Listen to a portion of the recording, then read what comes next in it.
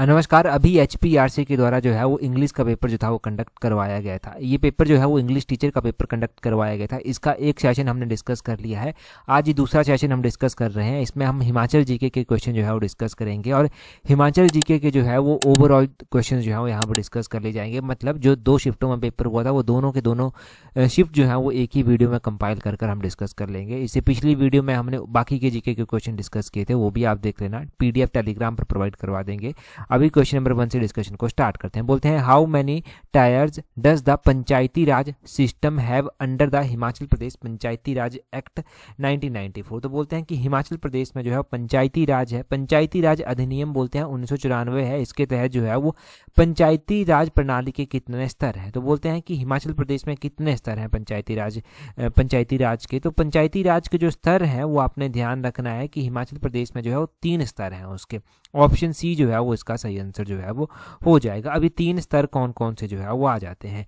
3 स्तर का भी आपको पता होना चाहिए। एक तो हिमाचल प्रदेश में जो है वो ग्राम पंचायत होती है। ग्राम पंचायत का आपको पता है, गांव जो आपके विलेज होते हैं वहां पर ग्राम पंचायत जो है वो होती है। एक होती है पंचायत समिति। पंचायत समिति जो बनाई जाती है वो ब्लॉक लेवल पर जो है वो बनाई जाती है। और तीसरी होती है जिला परिषद। जिला परिषद का नाम से ही पता चल रहा है कि ये जिला लेवल पर बनाई जाएगी, मतलब डिस्ट्रिक्ट लेवल पर जो है वो बनाई जाएगी। तो ये 3 स्तर जो है वो हिमाचल प्रदेश में होते हैं पंचायती राज के। पंचायती राज के बारे में हम जो इंपॉर्टेंट क्वेश्चन अभी तक पढ़ चुके हैं वो 73rd कॉन्स्टिट्यूशनल अमेंडमेंट जो है वो पढ़ चुके हैं। ये पंचायती राज से संबंधित है। और दूसरा हम ये भी पढ़ चुके हैं, पिछले कल ही हमने पढ़ा था पीसा एक्ट के बारे में। पीसा एक्ट जो है वो कौन से ईयर का एक्ट है। ये जो पीसा एक्ट है ये 1996 का जो है वो एक्ट है। और पीसा का पूरा नाम क्या है, पीसा का पूरा नाम भी आपने ध्यान रखना है कि इसका पूरा नाम जो है वो आता है panchayat extension to scheduled area act जो है वो इसको बोलते हैं। 1996 का ये है। एक और बात यहाँ पर ये ध्यान रख लीजिए कि कौन सा शेड्यूल जो है वो पंचायती राज से जो है वो डील करता है। तो इंडियन कॉन्स्टिट्यूशन का जो है वो शेड्यूल भी आपने ध्यान रखना है जो पंचायती राज से डील करता है। तो 11th शेड्यूल जो इंडियन कॉन्स्टिट्यूशन का आता है वो पंचायती राज से जो है डील करता है, पंचायती राज की बात करता है। कौन सा पार्ट इंडियन कॉन्स्टिट्यूशन का पंचायती राज की बात करता है, तो ये पार्ट 9 आ जाता है। इसको 1x कर IX कर इस तरह से जो है वो लिखा जाता है। ये भी आपने ध्यान रखना है। तो ये सारे पंचायती राज के क्वेश्चन हैं। अगला क्वेश्चन देखिए क्या बोलते हैं। बोलते हैं Bhrigu, Dashair and Mantalai lakes are located in which district of Himachal Pradesh. तो बोलते हैं कि ये भृगु हो गया, दशहर हो गया, ये लेक्स जो है वो आती हैं। बोलते हैं ये लेक्स जो है वो हिमाचल प्रदेश के किस जिले में जो है वो आती हैं। यहाँ पर एक एक लेक नहीं पूछी गई है, यहाँ पर 3-4 लेक्स एक साथ जो है पूछ ली गई है। तो भृगु लेक हो गया, मंतलाई लेक हो गया, दशहर लेक हो गया, ये लेक्स जो है वो आती हैं कुल्लू डिस्ट्रिक्ट में। ऑप्शन इसका बी सही आंसर जो है वो हो जाएगा। ये जो भृगु लेक आती है ये रोहतांग दर्रे के समीप जो है वो आती है। मंतलाई लेक आपने ध्यान रखना है कि मंतलाई लेक कुल्लू में आती है और पार्वती नदी को ये पानी प्रोवाइड करवाती है। सोर्स ऑफ पार्वती रिवर जो है ये है। और एक इसी तरह जो है दशहर लेक भी जो है वो आती है। ये दशहर लेक भी इंपॉर्टेंट है, ये भी कुल्लू में ही जो है वो आती है। कुल्लू में सरियोलसर झील भी जो है वो आती है। तो सरियोलसर झील भी कुल्लू की जो है वो आपने ध्यान रखनी है। बाकी अगर हम बाकी डिस्ट्रिक्ट्स में जो लेक्स हैं उनकी बात अगर हम करते हैं तो हमारे पास जो है वो मंडी डिस्ट्रिक्ट में काफ़ी लेक्स हैं, जैसे कि मंडी में रिवालसर लेक, पराशर लेक, ये तो याद भी रह जाता है। इसके अलावा मंडी में जो है वो पंडोह झील भी आती है, मंडी में सुखसार झील आती है, मंडी में कलासर झील आती है, मंडी में जो है वो कुंतभ्योग झील भी जो है वो आती है। तो ये मंडी की लेक्स आपने ध्यान रखनी है। मंडी के अलावा चंबा में भी इंपॉर्टेंट लेक्स आती हैं। चंबा में एक तो मणिमहेश झील आती है, एक लामा डल झील जो है वो चंबा में आती है। इसके अलावा खजियार झील चंबा में आती है। खजियार को मिनी स्विट्जरलैंड भी बोलते हैं। 1992 में जो WP ब्लेजर थे उनके द्वारा इसको जो है वो बोला गया था। और चंबा में ही जो है वो घड़ासरू झील भी जो है वो आती है। चंबा में चमेरा झील भी आती है, चंबा में महाकाली झील भी जो है वो आती है। ठीक है, ये चंबा की झीलें आपने ध्यान रखनी है। और एक डल झील आती है, कांगड़ा में है आती है डल झील कांगड़ा में आती है। और एक करेरी झील आती है, ये भी कांगड़ा में आती है। पोंग झील भी कांगड़ा में आती है। लाहौल स्पीति में चंद्रताल, सूरजताल, दीपक ताल, विशाल ताल, यूनामशो लेक, ये सारी लेक्स लाहौल स्पीति में देखने को मिलती हैं। तो ये लेक्स के बारे में रिवाइज कर दिया फटाफट। अगले क्वेश्चन में बोलते हैं Parvati, Hurla and Sainj are important tributaries of which of the following river in Indian state of Himachal Pradesh. तो ये बोलते हैं कि ये पार्वती नदी हो गया, ये हुरला नदी हो गया, खड्डे हैं एक तरह से ये, और एक सैंज खड्ड हो गया। ये बोलते हैं किसकी सहायक नदियां बनती हैं। बड़े इजीली आप आंसर कर देंगे कि ये सारी की सारी ब्यास की सहायक नदियां जो है वो बनती हैं, या फिर ब्यास की सारी जो है वो सहायक हैं। अगर हम बात करते हैं कि कौन से डिस्ट्रिक्ट में कौन सी है, तो पार्वती जो है वो कुल्लू डिस्ट्रिक्ट में जो है वो ब्यास की सहायक नदी जो है वो आती है। पार्वती का आपको पता होना चाहिए कि कुल्लू में ये ब्यास के साथ जुड़ती है। वैसे ही यहाँ पर सैंज दिया गया है, सैंज भी जो है वो कुल्लू में ही जो है वो आकर जुड़ती है। और अगर हम हुरला की बात करते हैं कि ये कहाँ पर जुड़ती है ब्यास के साथ, तो ये भी जो है वो कुल्लू में ही, कुल्लू वैली में ही जो है वो ब्यास के साथ जो है वो जुड़ती है। ब्यास की और भी जो मुख्य सहायक नदियाँ कुल्लू में आती हैं उसमें मलाना आ जाती है, उसमें सोलंग आ जाती है, मनालसू आ जाती है, फोजल आ जाती है, सरवारी आ जाती है। ये सारी ब्यास की सहायक नदियाँ कुल्लू में आती हैं। और भी अलग अलग डिस्ट्रिक्ट्स में ब्यास की सहायक नदियाँ हैं, जैसे कि बिनवा ब्यास की सहायक नदी है, उहल है, जियूनी है, रमा है, बाणगंगा है, बनेर है, गज है, चक्की है, मानुनी है। ये सारी ब्यास की सहायक नदियाँ जो है वो आती हैं। तो ये ब्यास की सहायक नदियाँ आप ध्यान रखना। अगला क्वेश्चन देखेंगे हमारे पास। नेक्स्ट क्वेश्चन में जो है वो क्या पूछा गया है। अच्छा, ब्यास नदी के बारे में जब बात हो ही रही थी ना यहाँ पर, तो ये भी आप ध्यान रखना कि ब्यास नदी जो है वो इसका वैदिक नाम क्या आता है। अर्जिकिया इसका वैदिक नाम आता है। संस्कृत में संस्कृत नेम इसका जो है वो विपाशा जो है वो आता है। ब्यास नदी जो है वो रोहतांग दर्रे के समीप जो है वो निकलती है, भृगुतंग जगह से जो है निकलती है, भृगुतंग लेक से जो है ये निकलती है। और भृगु लेक हम पढ़ भी रहे थे इससे पहले कि भृगु लेक जो है वो कहाँ पर स्थित है। भृगु लेक जो है वो कुल्लू में ही जो है वो स्थित है। तो ये आपको पता चल गया, इतना इंपॉर्टेंट। अगला क्वेश्चन हम देखेंगे। नेक्स्ट क्वेश्चन में क्या बोलते हैं Minjar Mela commemorates the victory of Raja of Chamba over the ruler of which of the following kingdom. तो बोलते हैं कि मिंजर मेला जो है वो चंबा में मनाया जाता है। तो बोलते हैं कि मिंजर मेला जो है वो किस राज्य के शासक पर चंबा के राजा की जीत की याद में जो है वो मनाया जाता है।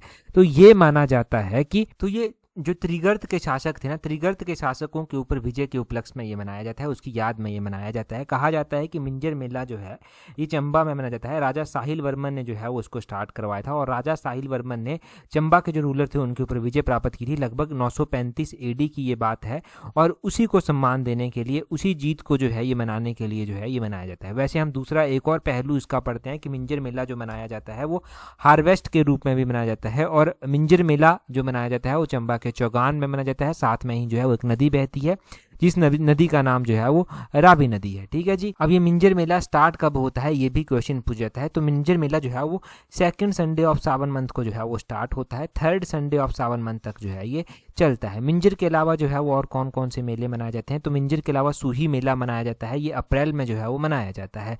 और वैसे ही जो है वो चंबा में सूही मेला के अलावा भरमौर यात्रा भी स्टार्ट होती है अगस्त में। छतराड़ी यात्रा यहाँ पर सितंबर में स्टार्ट होती है। यहाँ पर चेरवेल फेस्टिवल भी मनाया जाता है जिसको पृथ्वी पूजा के नाम से भी जो है वो जानते हैं। ये लगभग अगस्त महीने के मिड जैसे में मनाया जाता है। वैसे इसको हिंदू कैलेंडर के अकॉर्डिंग बादो महीना बोलते हैं और बादो महीने की पहली को ही जो है ये चेरवेल फेस्टिवल जो है वो मनाया जाता है। तो ये सब आप जो है वो याद रखना। अगला क्वेश्चन देखिए क्या नेक्स्ट क्वेश्चन में हमसे जो है वो पूछा गया है। नेक्स्ट क्वेश्चन में बोलते हैं who among the following succeeded to the gaddi of Bilaspur in 1824। तो 1824 में बोलते हैं कि 1824 में बिलासपुर की गद्दी पर कौन बैठा था। देखिए तो इस तरह के क्वेश्चन अब पूछे गए। अब इस तरह के क्वेश्चन ये तो पता होने चाहिए आपको, या तो फिर तुक्का लगाने वाली बात आ जाती है। तो इस तरह के क्वेश्चन याद रखने का प्रॉपर एक रिवीजन ही जो है वो मेथड है कि रिवीजन आप बार बार करते रहिए तभी जो है वो ठीक कर पाएंगे। 1824 की बात करते हैं कि 1824 में जो है वो बिलासपुर की गद्दी पर जो है वो कौन बैठा था। तो 1824 में बिलासपुर की गद्दी पर जो राजा बैठे थे उनका नाम आपने ध्यान रखना है, खड़गचंद उनका नाम जो था वो हुआ करता था। ऑप्शन डी जो है वो सही आंसर इसका हो जाएगा। जब जब हमने बिलासपुर के बारे में पढ़ा है तो राजा खड़गचंद की बात भी जो है वो हुई है। खड़गचंद की बात क्यों हुई है, क्यों इनका कार्यकाल जो है वो याद किया जाता है, क्या क्यों इनको जो है वो पुकारा जाता है, क्योंकि इनका जो कार्यकाल था वो बिलासपुर की हिस्ट्री में काला युग जो है वो कहा गया। ब्लैक पीरियड इन द, या फिर ब्लैक जो एक कार्यकाल था इनका, काला युग इसको बोला गया बिलासपुर की हिस्ट्री में। और बोलते हैं कि खड़गचंद जो है वो खड़गचंद जो था इनको गद्दी से हटा दिया गया था और बाद में चलकर इनके ही चाचा हुआ करते थे जगत सिंह, उनको जो है वो गद्दी पर बिठाया गया था। उसके बाद जो है वो हीरा चंद राजा बने। 1857 का जब विद्रोह हुआ था तो हीरा चंद ही जो है वो बिलासपुर के राजा हुआ करते थे। और 1857 के विद्रोह के समय जो है वो आपने ये भी ध्यान रखना है कि बिलासपुर जो रियासत हुआ करती थी उसने अंग्रेजों को सहायता भी प्रोवाइड करवाई थी। और इसने जो है वो जो बिलासपुर का पीरियड है ये 1857 वाला हीराचंद वाला पीरियड है, इसको गोल्डन पीरियड जो है वो बिलासपुर की हिस्ट्री में जो है वो बोला जाता है। हीराचंद ने जो है सबसे पहले बिलासपुर में जो है वो भू राजस्व सुधार भी जो है वो स्टार्ट किए थे। तो ये क्वेश्चन बहुत बार एग्जाम में पूछा गया है कि किसने बिलासपुर में भू राजस्व सुधार स्टार्ट किए थे। तो वो हीराचंद के द्वारा किए गए थे।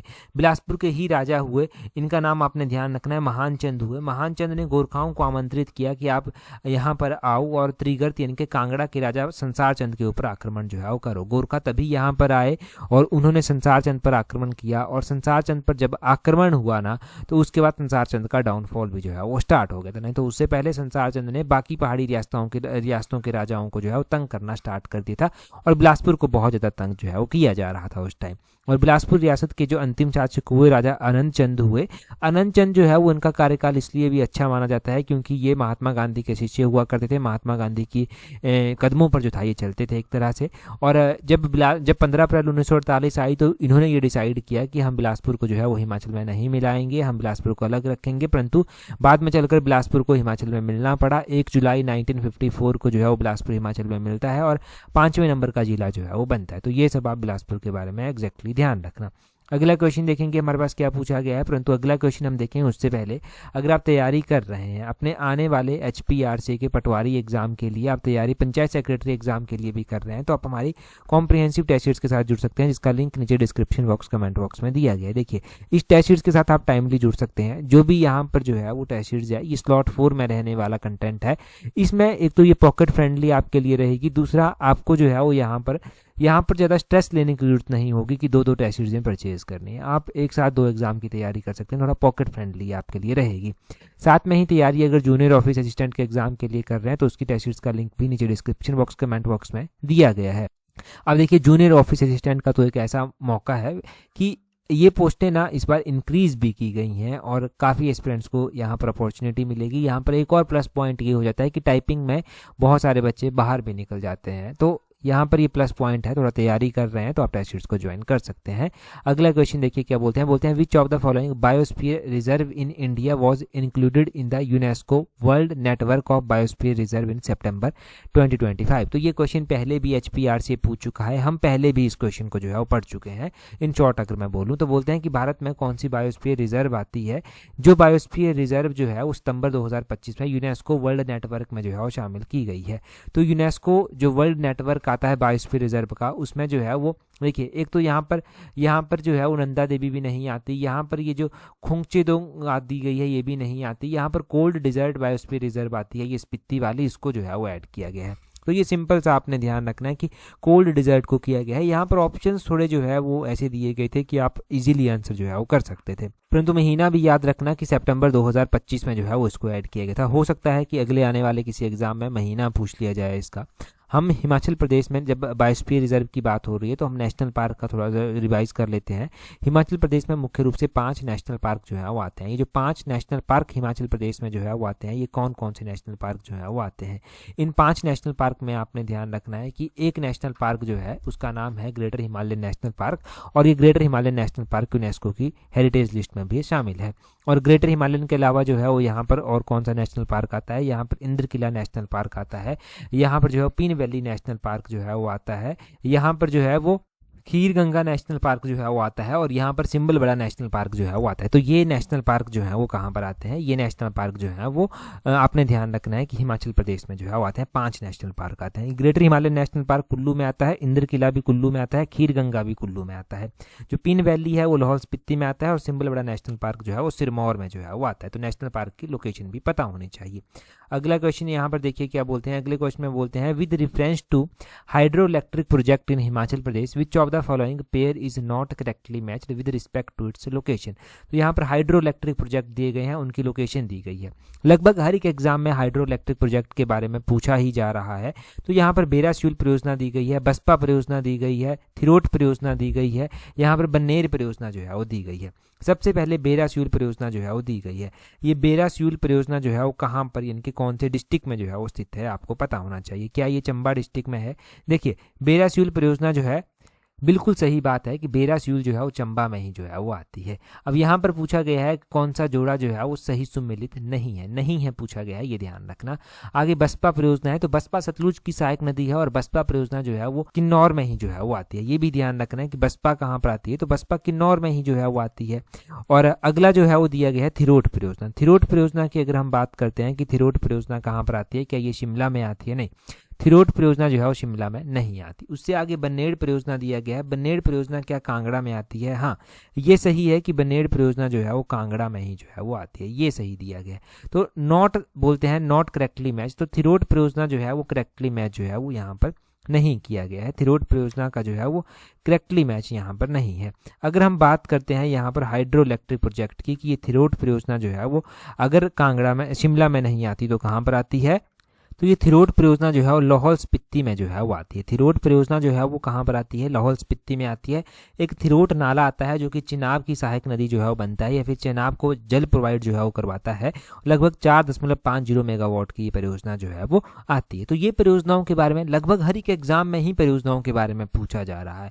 मतलब अगर कोई पेपर हो रहा है तो हर एक शिफ्ट में आपको कोई ना कोई क्वेश्चन परियोजनाओं के बारे में देखने को मिल ही जाएगा। तो परियोजनाएं इसका मतलब है कि इंपॉर्टेंट जो है वो है। अगला क्वेश्चन देखिए क्या बोलते हैं। अगले क्वेश्चन में बोलते हैं according to section 5B of the Himachal Pradesh Panchayati Raj act 1994 what provision is made every gram sabha in Himachal Pradesh. तो बोलते हैं कि हिमाचल प्रदेश में पंचायती राज अधिनियम 1994 की धारा 5B के अनुसार हिमाचल प्रदेश की प्रत्येक ग्राम सभा के पास क्या प्रावधान है। तो पहले यहाँ पर बोलते हैं पहली स्टेटमेंट में कि there shall be a ward sabha in every ग्राम पंचायत की प्रत्येक ग्राम सभा में वार्ड सभा होगी। आगे बोलते हैं देयर शैल बी महिला ग्राम सभा इन एवरी ग्राम सभा। तो बोलते हैं कि प्रत्येक ग्राम सभा में महिला ग्राम सभा जो है वो होगी। और आगे बोलते हैं कि there shall be farmers committee in every gram sabha की फार्मर कमेटी ग्राम सभा में जो है वो होगी किसान समिति। और आगे बोलते हैं there shall B youth gram sabha in every gram सभा कि प्रत्येक ग्राम सभा में जो है वो युवा ग्राम सभा जो है वो होगी। यहाँ पर भी बड़ी मतलब क्वेश्चन बेसिकली ये पूछा गया हो चाहे टफ कर कर, परंतु आप एक बड़ा कॉमन तरीके से सोच के देखिए कि आप कभी भी ग्राम पंचायत की बात करेंगे, ग्राम सभाओं की बात करेंगे तो आपको कोई वार्ड सभा इस तरह से हर एक ग्राम पंचायत में ये नाम सुनने को नहीं मिलेगा। आपको फार्मर कमेटी भी हर एक ग्राम पंचायत में देखने को नहीं मिलेगी। आपको यूथ ग्राम सभा भी ये हर एक जगह जो है वो प्रोमिनेंटली देखने को नहीं मिलेगी, परंतु महिलाओं का हर जगह देखने को मिलेगा। कि बोलते हैं कि देयर शैल बी अ महिला ग्राम सभा इन एवरी ग्राम सभा। तो बोलते हैं कि हर एक ग्राम सभा में देयर शैल बी अ महिला ग्राम सभा होगी। हर एक ग्राम सभा में ये प्रोविजन जो है वो किया गया है। कौन से सेक्शन में किया गया है? ये सेक्शन 5B में किया गया है। ये आपने ध्यान रखना है, 5B में किया गया है। और हिमाचल प्रदेश पंचायती राज एक्ट पंचायती राज अधिनियम 1994 जो है ये आता है। यहाँ से ज़्यादा नहीं, यहाँ से बस इतना ही जो है वो याद रखेंगे। ठीक है जी, इतना ही याद रखेंगे। तो अगला क्वेश्चन देखिए क्या बोलते हैं। अगले क्वेश्चन में बोलते हैं what are the 2 streams that coverage to the form of Chenab river. तो बोलते हैं कि कौन सी 2 ऐसी नदियां हैं, कौन सी ऐसी 2 धाराएं हैं जो चेनाब नदी जो है वो बनाती हैं। बेसिकली यहाँ पर ये पूछा गया है। तो जब भी हम नदियों के बारे में पढ़ते हैं तो हम 2 नदियां पढ़ते हैं जिनको चंद्रा भागा जो है वो लाहौल स्पीति में बोलते हैं। चंद्रा और भागा, ऑप्शन सी इसका सही आंसर। देखिए चंद्रा और भागा 2 नदियां हैं। ये चंद्रा और भागा जो है वो लाहौल स्पीति में जो है वो बहती हैं और ये जो है वो तांदी नामक स्थान पर आकर जो है वो आपस में मिल जाती हैं। तांदी भी लाहौल स्पीति में ही आता है जहां पर ये आपस में आकर जो है वो मिलती हैं। अब उसके बाद जब ये आगे बहती हैं और चंबा में जाकर एंटर कर जाती हैं तो इनको चेनाब के नाम से जो है वो जाना जाता है। और ये भी ध्यान रखना है कि चेनाब नदी जो है वो चंबा में जो पांगी में एंटर करती है वो भुजिंद नामक स्थान पर जो है वो एंटर करती है और चंबा को ये जो छोड़ती है, चंबा को ये संसारी नाला के समीप जो है वो छोड़ देती है और कश्मीर में एंटर कर जाती है। कश्मीर की भी पॉडर वैली में जो है ये जाकर एंटर जो है वो करती है। इन टर्म ऑफ वॉल्यूम अगर आप देखेंगे, इन टर्म ऑफ वॉल्यूम, तो ये इन टर्म ऑफ वॉल्यूम जो है वो हिमाचल प्रदेश की सबसे बड़ी नदी है। इसकी जो मुख्य सहायक नदियां हैं उसमें तो ये एक भागा आती है, चंद्रा आती है, यही आगे चलकर चेनाब नदी जो है वो बनाती है। ये भी आपको पता होना चाहिए। चेनाब जो चंद्रा और भागा 2 नदियां आती हैं, भागा नदी का ओरिजिन लाहौल वैली में होता है और जो चंद्रा नदी आती है, चंद्रा नदी चंद्रा ग्लेशियर से ही निकलती है। बेसिकली कोकसर विलेज आता है, कोकसर विलेज के समीप जो है ये स्थित है, या फिर कोकसर जो है वो इसी नदी के किनारे जो है वो स्थित है। ये सब आपको जो है वो चंद्रा भागा के बारे में जो है वो ध्यान रखना। चंबा में बहती हैं 2 नदियां, एक चेनाब नदी बहती है, एक रावी नदी बहती है। रावी नदी के बारे में हम पहले भी थोड़ी सी बात कर चुके हैं कि चंबा शहर रावी नदी के किनारे है और रावी नदी जो है वो बड़ा भंगाल कांगड़ा से जो है वो ओरिजिनेट इसका जो है वो होता है और आगे चलकर ये जो है वो चंबा शहर से होकर जो है वो बहती है। चंबा शहर इसी नदी के किनारे जो है वो बसा हुआ है। अगला क्वेश्चन, अगला नेक्स्ट क्वेश्चन देखेंगे हमारे पास क्या पूछा गया है। बोलते हैं in which year did the border Chini tehsil of Mahasu district become the separate administrative unit forming a Kinnaur district. तो बोलते हैं कि महासू जिले की सीमावर्ती तहसील एक हुआ करती थी। बोलते हैं यहाँ से जो है वो किन्नौर कब बनाया गया, तो एक किन्नौर को एक प्रशासनिक इकाई के रूप में जो है वो कब बनाया गया। हमने जब बात की है हिमाचल प्रदेश में जिलों की तो हमने पढ़ा है कि 15 अप्रैल 1948 में हिमाचल प्रदेश में सिर्फ 4 जिले हुआ करते थे, जिसमें से एक महासू जिला हुआ करता था, एक चंबा जिला जो था वो हुआ करता था, एक सिरमौर जिला हुआ करता था और एक मंडी जिला हुआ करता था। बाद में चलकर थोड़ी देर पहले ही मैंने आपको बताया कि 5वें नंबर का जिला जो है यहाँ पर बिलासपुर आकर जो है वो जुड़ गया था। अब बारी आती है कि 6ठे नंबर का जिला जो है वो यहाँ पर जुड़ेगा। तो 6ठे नंबर का जिला जो है वो 1960 में यहाँ पर जो था वो जुड़ा था। महासू जिले से जो है वो चीनी तहसील अलग कर दी गई 1960 में, और 1960 में जो है वो किन्नौर नामक एक छठा जिला जो है वो बनाया गया। किन्नौर जिला जो बनाया गया था, इसमें निचार, कल्पा, सांगला 3 तहसीलें हुआ करती थी, और इसमें मुरंग, पूह और हांगरंग ये 3 उप तहसीलें जो था वो हुआ करती थी। तो इस तरह से जो है वो किन्नौर जिले का निर्माण जो है वो किया गया। बाद में चलकर 1966 में जो है वो पंजाब पुनर्गठन एक एक्ट जो है वो आता है, पंजाब का पुनर्गठन जो है वो किया गया, और अलग अलग जिले जो है वो निकल कर आते हैं। और उसके बाद 1971-72 में भी जो है वो जिलों की संख्या थोड़ी बढ़ गई, और 12 जिले जो है वो बढ़कर हो गए। हिमाचल का एरिया 55,673 स्क्वायर किलोमीटर जो है वो हो गया, और तब से लेकर अभी तक हिमाचल का एरिया तो उतना ही है, एरिया में कोई भी बदलाव जो है वो नहीं हुआ है। बदलाव सिर्फ पॉपुलेशन में जो है वो होता है। डिस्ट्रिक्ट भी जो है तब से लेकर 72 से लेकर अभी तक जो है वो 12 के 12 डिस्ट्रिक्ट ही जो है वो है। डिस्ट्रिक्ट्स में भी हर बार ये मांग उठती है कि अलग नया जिला जो है बना देंगे, नया जिला बना देंगे। ये इलेक्शंस के नज़दीक उठती है, और ये डिसीजन अगर होगा तो इलेक्शन के नज़दीक ही जो है वो मोस्टली होगा भी।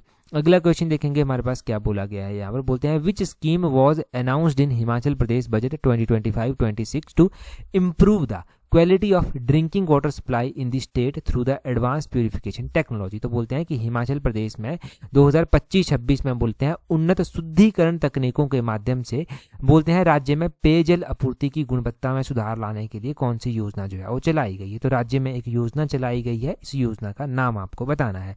यहाँ पर दिया गया है मुख्यमंत्री स्वच्छ जल शोधन योजना, मुख्यमंत्री एक योजना दी गई है। एक योजना है हिमाचल स्वच्छ जल योजना, एक है मुख्यमंत्री शुद्ध पेयजल योजना, और एक है मुख्यमंत्री जल गुणवत्ता सुधार योजना। तो एक योजना चलाई गई है मुख्यमंत्री स्वच्छ जल शोधन योजना। ऑप्शन बी इसका जो है वो सही आंसर होगा।